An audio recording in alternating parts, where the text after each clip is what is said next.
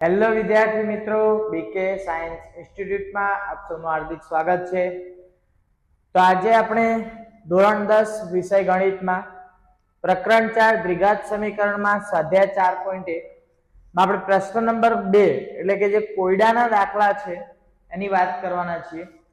Already પ્રશ્ન 1 ના જે સમીકરણ બનાવવાના હતા દ્વિઘાત, બરાબર, એ બધા જ દાખલાનો વિડિયો ઓલરેડી બીકે સાયન્સ ઇન્સ્ટિટ્યૂટ ની ચેનલ પર અપલોડ થઈ ચૂક્યા છે, બરાબર। તો આજે આપણે શરૂઆત કરીએ પ્રશ્ન નંબર 2।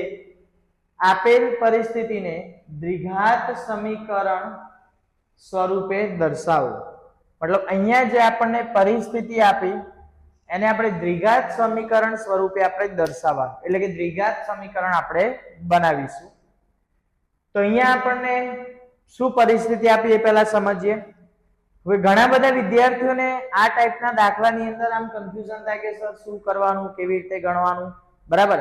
પણ એકદમ સરળ દાખલા છે બેટા, ખાસ ધ્યાનથી જોજો, એકદમ જલ્દી આવડી જશે, પણ તમારે પ્રેક્ટિકલી વિચારવું પડશે। તમે કહેશો સર પ્રેક્ટિકલી? હા પ્રેક્ટિકલી। કેવી રીતે? જુઓ, જમીનના એક લંબચોરસ ટુકડાનું ક્ષેત્રફળ, તો અહીંયા સિમ્પલ પહેલા સમજો કે જમીનનો એક ટુકડો, તો ધારો કે માની લો કે મેં જમીનનો એક ટુકડો અહીંયા ડ્રો કર્યો, ચલો કેવો છે? તો કે સર લંબચોરસ, ઓકે। ચલો એનું તમને શું આપેલું છે? ક્ષેત્રફળ। તો એનો અર્થ શું થયો કે ક્ષેત્રફળ હોય, અહીંયા સાઈડમાં લખો બેટા, ક્ષેત્રફળ હોય તો ક્ષેત્રફળ બરાબર શું થાય? તો લંબાઈ ગુણ્યા પહોળાઈ, આવું આપણે જાણીએ છીએ, બરાબર। હવે અહીંયા ક્ષેત્રફળ તમને ડાયરેક્ટ આપી દીધું, કેટલું? 528 મીટર સ્ક્વેર। તેની લંબાઈ મીટરમાં અને પહોળાઈ મીટરમાં ના બમણાથી 1 મીટર જેટલી શું છે? વધુ। એટલે લંબાઈ એ પહોળાઈના બમણા થી 1 કેવી છે? વધુ। તો એનો અર્થ શું થયો કે આપણને લંબાઈ કે પહોળાઈ ખબર નથી, તો આપણે શું કરીશું? ધારીશું। તો જુઓ, ધારીએ તો આપણે લખવું પડે અહીંયા કે ધારો કે લંબચોરસ ટુકડાની પહોળાઈ x મીટર છે, આપણે ધારી, બરાબર। હવે લંબાઈ કેવી છે? તો ધારો કે આ પહોળાઈ છે અને મેં લખી દીધું x મીટર। હવે લંબાઈ કેવી છે? તો કે સર બમણાથી 1 મીટર જેટલી વધુ, તો આ x હોય તો એના બમણા એટલે 2x અને 1 મીટર વધુ એટલે +1। તો એનો અર્થ શું થયો કે લંબચોરસ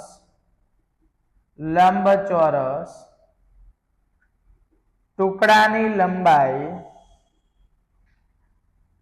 2x + 1 મીટર છે, અને લંબચોરસ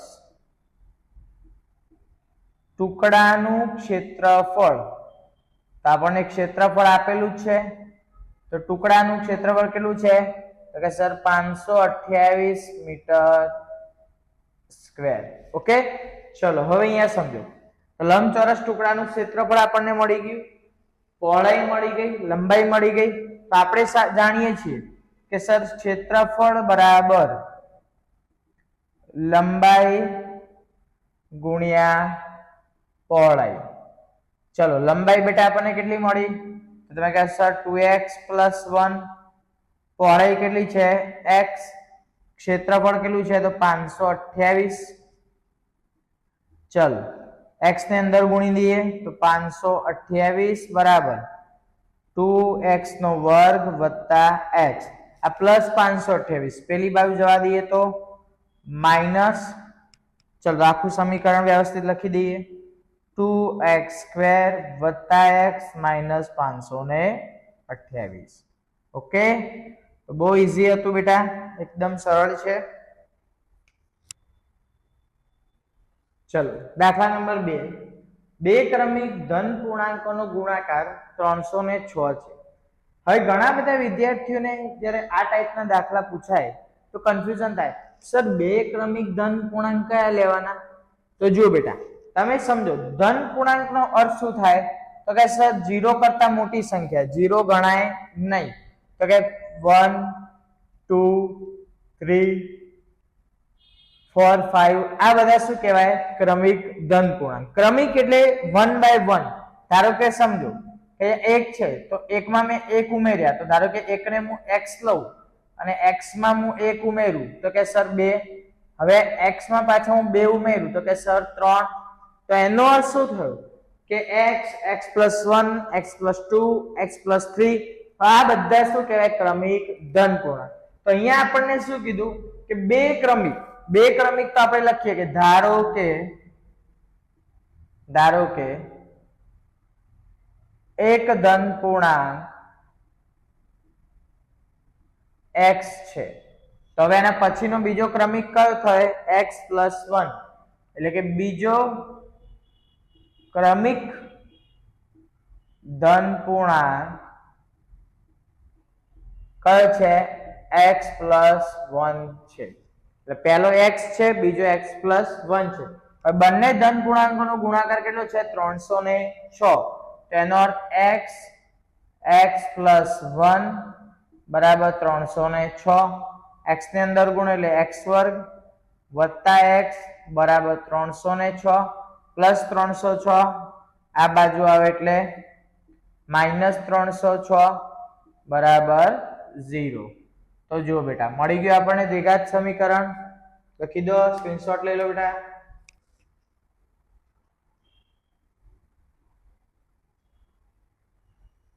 ચલો દાખલા નંબર 3. રોહનની માતા તેના કરતા 26 વર્ષ મોટી છે. આજથી 3 વર્ષ પછી તેમની ઉંમરની સંખ્યાનો ગુણાકાર કેટલો હશે? 360. હવે તમે કહેશો સર આની અંદર શું કરવાનું? બેટા હું તમને એક વાત કરી દઉં કે આ ટાઈપના દાખલા આવે એટલે મજા પડી જાય. કેમ મજા પડી જાય સર? વિચારો, પ્રેક્ટિકલી તમે વિચારો, બહુ સરળ છે. જુઓ, રોહનની માતા તેના કરતા કેટલા વર્ષ મોટી છે? 26 વર્ષ.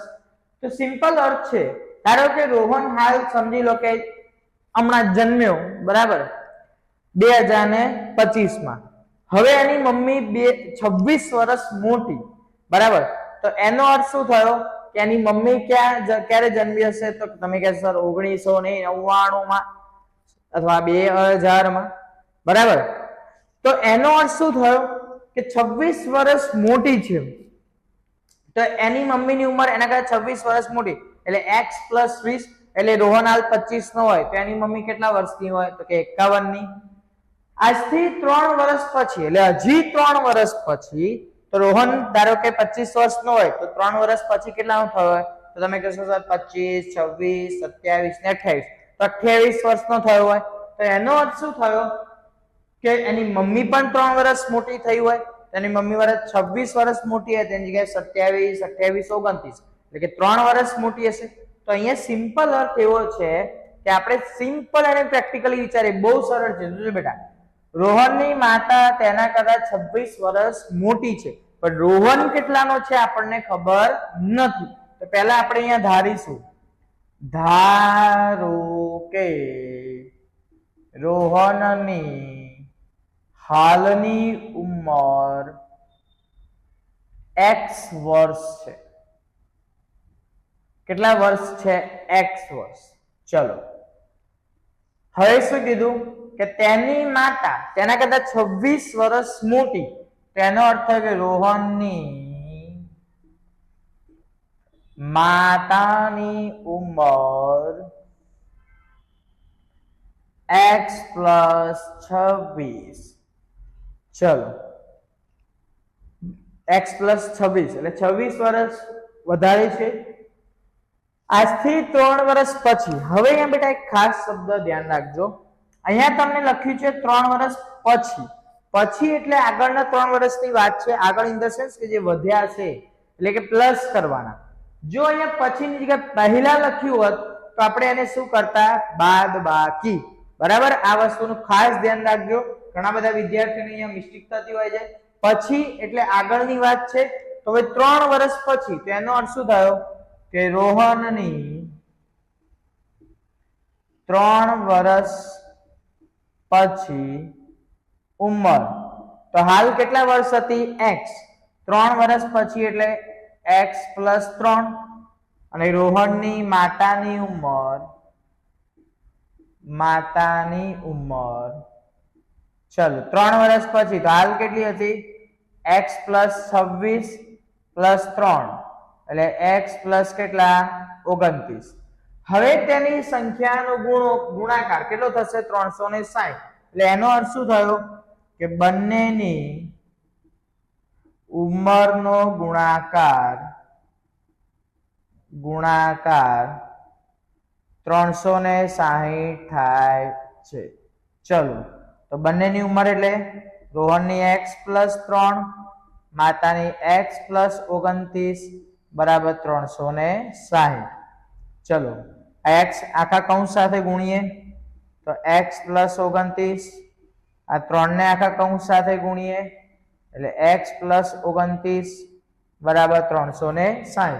ચલો, x × x એટલે x નો વર્ગ, 29 × x એટલે 29x, વત્તા 3 × x એટલે 3x, વત્તા 9 તરી 27 નો 7 3 દુ 6 ને 2 એટલે 87 360. ચલો, 29 30 31 32 એટલે x² વત્તા 32x પ્લસ 87 - 360 બરાબર 0. ચલો, 360 માંથી 87 બાદ કરી દઈએ. ચલો, 10 માંથી 7 જાય તો તમે કહો સર 3 5 5 15 માંથી 8 જાય તો કે સર 7 એટલે કેટલા આવ્યા? 273. એટલે x² વત્તા 32x માઇનસ 273 બરાબર 0. તો આ શું બની ગયું બેટા? દ્વિઘાત સમીકરણ. હવે તમે એમ કહેશો સર આપણને તો હાલની ઉંમર શોધવાની કીધી, પણ ટાઇટલ વાંચો, આપેલ પરિસ્થિતિને દ્વિઘાત સમીકરણ સ્વરૂપે દર્શાવો. બરાબર. નેક્સ્ટ એક્ઝામ્પલ છે જે ચોથો એક્ઝામ્પલ, એની અંદર આપણે બધું જ કમ્પ્લીટ કન્સિડર કરીશું, x ની વેલ્યુ પણ ફાઇન્ડ કરીશું. એટલે એક એક્ઝામ્પલ કરાવું એટલે તમને ખ્યાલ આવે કે કેવી રીતે દ્વિઘાત સમીકરણ બનાવવાનું અને એના ઉપરથી કેવી રીતે આપણે x નું મૂલ્ય શોધવાનું. ઓકે બેટા, લખી દો. ચલો, દાખલા નંબર 4. એક ટ્રેન 480 કિમીનું અંતર અચળ ઝડપથી કાપે છે. જો ઝડપ 8 કિમી પ્રતિ કલાક ઓછી હોય તો આટલું અંતર કાપવા તે 3 કલાક વધુ સમય લે છે. તો ટ્રેનની ઝડપ શોધો. હવે અહીંયા બેટા ખાસ ધ્યાનથી જોજો, આ દાખલો આઈએમપી છે, ઘણી વખત બોર્ડની અંદર પૂછાઈ ચૂક્યો છે, અને અહીંયા તમને બે શરત આપી છે. હવે તમે કહેશો સર કેવી શરત? અહીંયા તો શરત જેવું દેખાતું નથી. જુઓ, સમજો, એક ટ્રેન 480 કિમીનું અંતર અચળ ઝડપથી કાપે છે. મતલબ ઓલરેડી અંતર કાપી લીધું, ઓલરેડી અંતર કાપે છે, પણ ઝડપ કેવી છે? અચળ. તો અહીંયા એનો અર્થ શું થયો કે પહેલી શરત, અહીંયા બે આપણે અલગ અલગ શરત લખીશું. ચલો, તો હવે કેટલી ઝડપ છે આપણને ખબર નથી. ત્યાં લખીએ, ધારો કે ટ્રેનની ઝડપ x કિમી પ્રતિ કલાક. બરાબર. પહેલા કેવી ઝડપ છે? x કિમી પ્રતિ કલાક. ઓકે. ચલો, કેટલું અંતર કાપે છે? તો કે સર 480 કિમી. તો ટ્રેન એ કાપેલું અંતર 480 કિમી. ઓકે. ચલો, હવે સિમ્પલ ઝડપ બરાબર. હવે આપણે સમય અહીંયા 3 કલાક વધુ લે છે, અહીં સમય આપણને આપ્યો નથી. તો એનો અર્થ શું થાય? પહેલા આપણે લખીએ. આપણે શોધવાની છે ઝડપ, તો ઝડપનું સૂત્ર મૂકીએ. તો ઝડપ બરાબર તો અંતર ભાગ્યા સમય. તો સમય બરાબર અંતર ભાગ્યા ઝડપ. ચલો, અંતર કેટલું છે? તો અંતર 480. ઝડપ કેટલી હતી? તો કે સર x કિમી પ્રતિ કલાક. ચલો, હાલ આપણે એકમ નથી લખતો, ખાલી x લખું છું. ચલો x, તો આ સમય બરાબર આપણને મળી ગયું. ઓકે, ચલો એ જ રીતે અહીંયા જ લખી દઉં છું બીજી શરત. ચલો હવે બીજી શરત શું છે, તો પહેલા કરતા ઝડપ કેવી થઈ? ઓછી. કેટલી ઓછી થઈ? તો કે સર 8 કિમી પ્રતિ કલાક. તેનો અર્થ શું થયો કે હવે ટ્રેનની ઝડપ બરાબર x - 8 કિમી પ્રતિ કલાક. મતલબ પહેલા આપણે કેટલી ધારી હતી? x, એના કરતા 8 કિમી પ્રતિ કલાક ઓછી થઈ, એટલે x - 8 ઓછી હોય તો આટલું અંતર, આટલું એટલે કેટલું? 480. એટલે કે ટ્રેનને કાપવાનું અંતર બરાબર કેટલું? તો કે 480 કિમી. તો ફરીથી આપણે સમય શોધી કાઢી ડાયરેક્ટ સૂત્ર લખું, સમય બરાબર અંતર ભાગ્યા ઝડપ. ચલો સમય શું કીધું કે આટલું અંતર કાપવા 3 કલાક કેવો લે છે? વધારે. એટલે 3 અંતર કેટલું છે? તો કે સર 480. ઝડપ કેટલી છે? તો કે સર કે x - 8. ઓકે, તો આને હું કહી દઉં સમીકરણ નંબર 1, આને હું કહી દઉં સમીકરણ નંબર 2. હવે સિમ્પલ સમીકરણ 1 અને સમીકરણ 2 પરથી ચલો, તો પહેલા ઝડપ કેટલી હતી? સર x હતી. પછી કેટલી થઈ? તો કે સર x - 8 થઈ. ઓકે, ચલો તો 480 upon x - 8 minus 480 upon x બરાબર સમય તો બંને બાજુ કેટલો છે? સમય બરાબર 3. ઓકે, ચલો હવે લસા લઈએ. તો x અહીંયા ગુણાશે 480, x - 8 આ બાજુ ગુણાશે તો 480 x - 8 છેદની અંદર x - 8. ચલો હવે આખું આ ગુણાકાર વાળું પદ ભાગાકારમાં છે, જતું રહેશે ગુણાકારમાં. ચલો હું ડાયરેક્ટ એક સ્ટેપ અહીંયા લખું છું, તો ખાસ ધ્યાનથી જોજો, ભૂલ ના થાય. એક સ્ટેપ અહીંયા ડાયરેક્ટ લખું છું, જુઓ. તો x ની અંદર ગુણ એટલે 480x માઇનસ 480x. ઓકે, ચલો 480 ગુણ્યા 8, 480 ગુણ્યા 8, 0 88 64 નો ચોગડો વધી પડી 6, 8 ચોક 32, 33 34 35 36 37 38. કેટલા આવ્યા? 38 ને 40. માઇનસ માઇનસ પ્લસ 38 ને 40. આ બાજુ ભાગાકારમાં, આ બાજુ તો ગુણાકાર. 3x x - 8. ચલો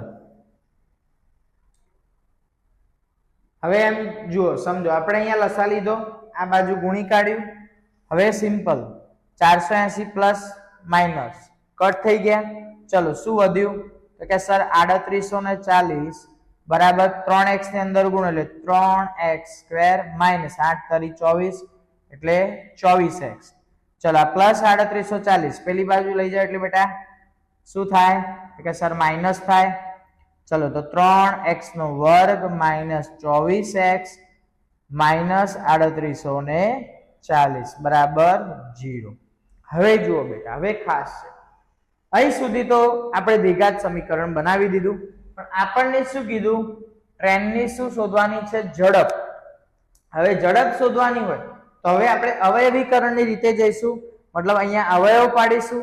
હવે અહીંયા તમે ખાસ બેટા સમજો કે અહીંયા અવયવ તો તમે પાડી લેશો, પણ બહુ મોટી સંખ્યા નહીં લાગતી એમ સર 3840 ના કેવી રીતે અવયવો પાડીશું? કન્ફ્યુઝન સર અઘરું છે, કેવી રીતે કરીશું? તો હવે સિમ્પલ ટ્રીક જુઓ, આખા સમીકરણને 3 વડે ભાગી શકાય? તો તમે કહો સર હા ભાગી શકાય. ઓકે, ચલો ભાગી નાખીએ. 3 વડે ભાગીએ તો 3 3 ઉડી જાય એટલે x² 8 તરી 24. ચલો 3840 ને હવે આપણે 3 વડે ભાગીએ તો સર 3840. ઓકે, 3 એકા 3 0 8 સર 3 દુ 6 2 4 સર 8 તરી 24 એક 0 નીચે એક 0 ઉપર. સર 1280 આવ્યા. ચલો 1280.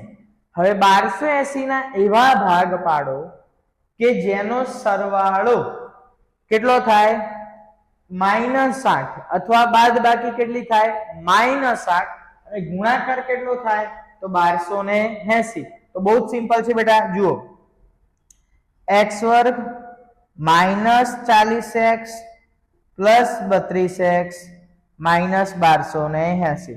અહીંયા હું ડાયરેક્ટ બેટા ભાગ પાડી લીધા. તમારે ગણતરી કરવાની.